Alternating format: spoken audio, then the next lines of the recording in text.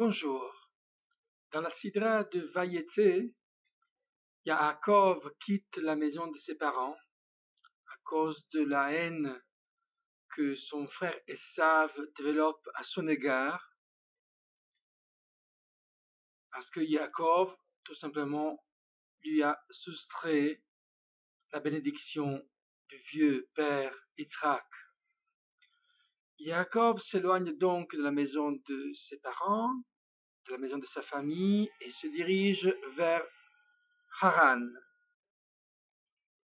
vers son oncle Lavan, le frère de sa mère, où il pourra trouver un moment de paix et de sécurité.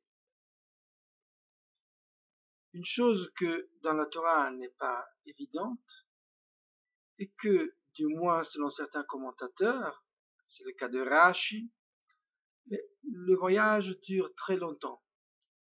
Parce qu'en fait, en se basant sur un midrash dans Bereshit Rabbah, Rashi constate effectivement que entre le moment où Yaakov quitte la maison de ses parents et le moment où Yaakov arrive à Haran,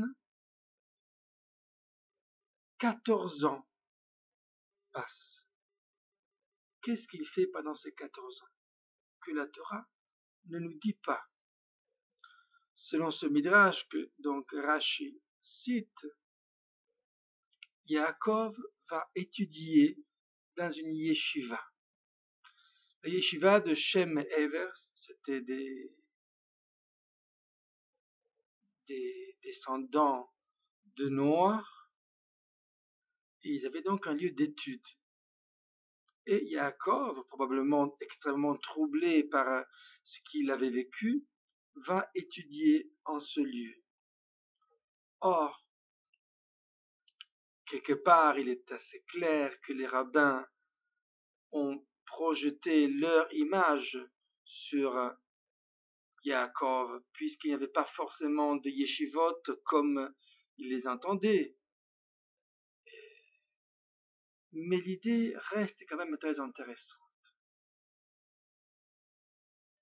Parce que cela nous fait réfléchir au fait que Yaakov, qui de toute façon avait grandi avec un père comme Yitzhak et un grand-père comme Abraham, donc il avait quand même dû être bien formé si on considère qu'au moment où il quitte la maison de sa famille, il a 63 ans. Malgré ça, il va étudier ailleurs. Cela nous rappelle qu'il est toujours très important d'apprendre à s'abreuver à d'autres sources qui sont différentes des sources que nous connaissons bien, même si les sources que nous connaissons bien sont de très haut niveau. Il y a toujours autre chose à apprendre ailleurs. Il y a aussi le fait que, de toute évidence, il y avait donc cette forme de lieu d'étude, que donc le Midrash appelle Yeshiva, qui était un lieu de réflexion, d'étude, d'approfondissement, qui était quelque part parallèle à ce qui est la tradition des patriarches, Abraham, Yitzhak.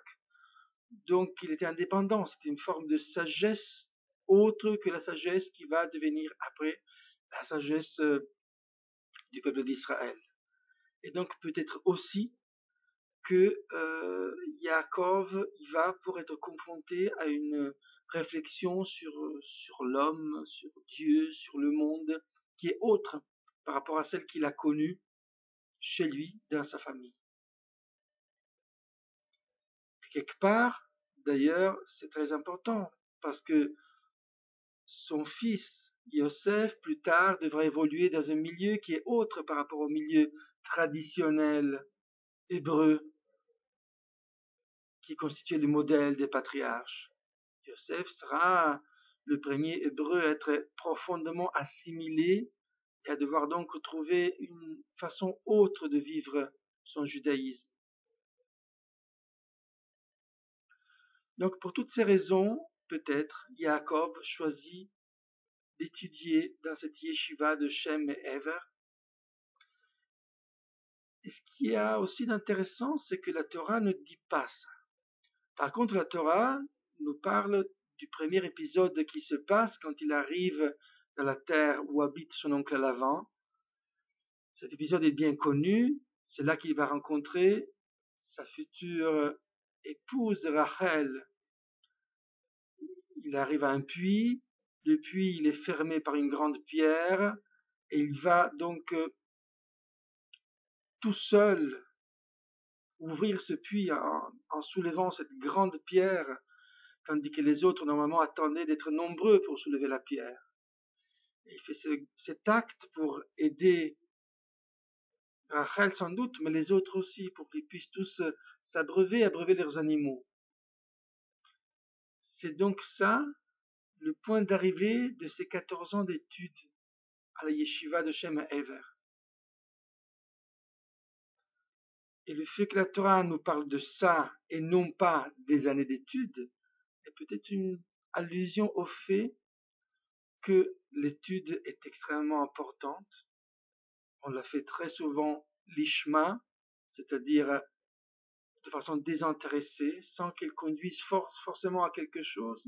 Et pourtant, toute l'étude et toute la Torah qu'on étudie doit nous amener à un but qui est celui d'être prêt et à l'écoute devant le besoin de l'autre. Cela est le point de départ et d'arrivée de toute étude. Merci.